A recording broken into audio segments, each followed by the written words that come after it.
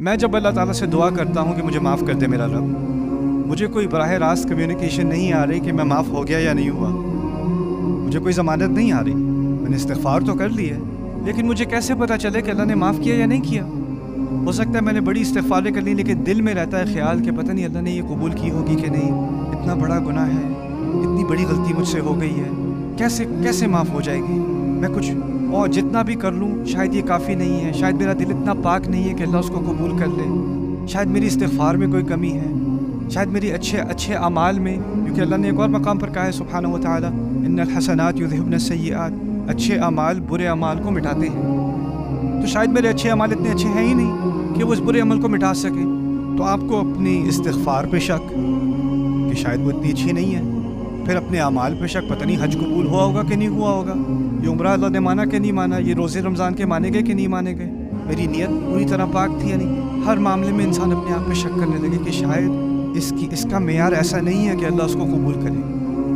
یہاں یہی سوال جو ہم اب کبھی اپنے آپ سے پوچھتے ہیں، وہی سوال پوچھنے کا حق موسیٰ علیہ السلام کو بھی ہے. ان پر ابھی رسالت نہیں آ رہی، کہیں سے وہی نہیں آئے گی کہ تم نے معافی مانگی تو میں نے تجھے معاف کر دیا. تو ان کے پاس ایک ضمانت آ گئی، گارنٹی آ گئی، اللہ کا اپنا کلام براہ راست آ گیا. ابھی وہ نبی نہیں ہے.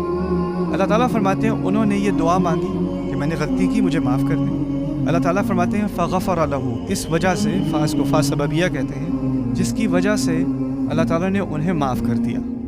فغفر لہ انہ هو الغفور الرحیم، بے شک وہی ہے جو بہت زیادہ معاف کرتا ہے، بہت زیادہ ڈھکتا ہے گناہوں کو، اور بہت ہی محبت اور خیال کرنے والا ہے، رحیم.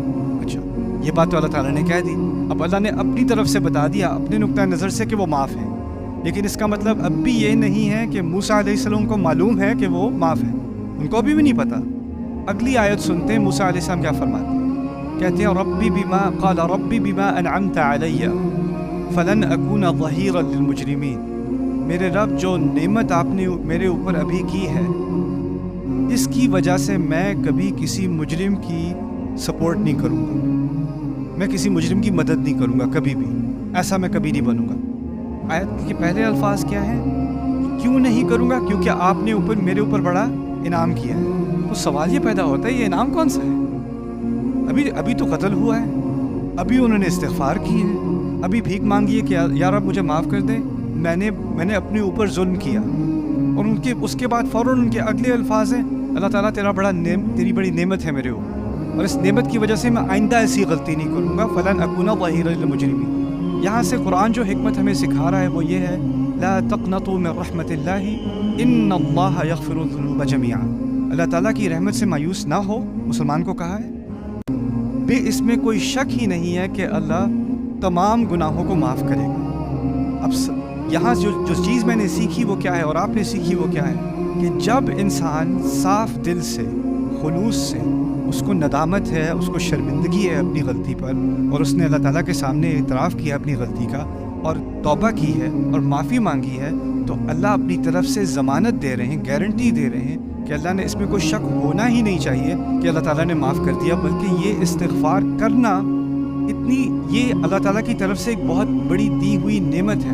بہت سارے لوگ ایسے ہوتے ہیں، غلطی کرتے ہیں اور پھر بہانے بناتے ہیں، دیکھو میری غلطی نہیں تھی، میرے اوپر پریشر بہت تھا، میری غلطی نہیں تھی، دیکھو سوسائٹی ایسی ہو گئی ہے، میری غلطی نہیں تھی، حکومت نے یہ کیا تھا، میری غلطی نہیں تھی، میری فیملی خراب ہے، میرے پیرنٹس ایسے ہیں، میرا بھائی ایسا ہے، میرا وہ ایسا ہے، وہ ایسا ہے، سب کی غلطی ہے، میری نہیں ہے. لیکن اگر انسان میں اتنی صلاحیت ہو کہ غلطی کرنے کے بعد اس میں اتنی عقل ہو کہ سارے بہانے ڈھونڈے بغیر، اس وقت دیکھیں موسیٰ علیہ السلام کی صورتحال دیکھیں، وہ بہت سارے بہانے بنا سکتے ہیں. وہ یہ کہہ سکتے ہیں یہ تو ہر روز اس طرح کرتے ہیں، تو مجھے کیسے پتا ہوتا کہ آج یہ ظالم ہے اور یہ مظلوم ہے؟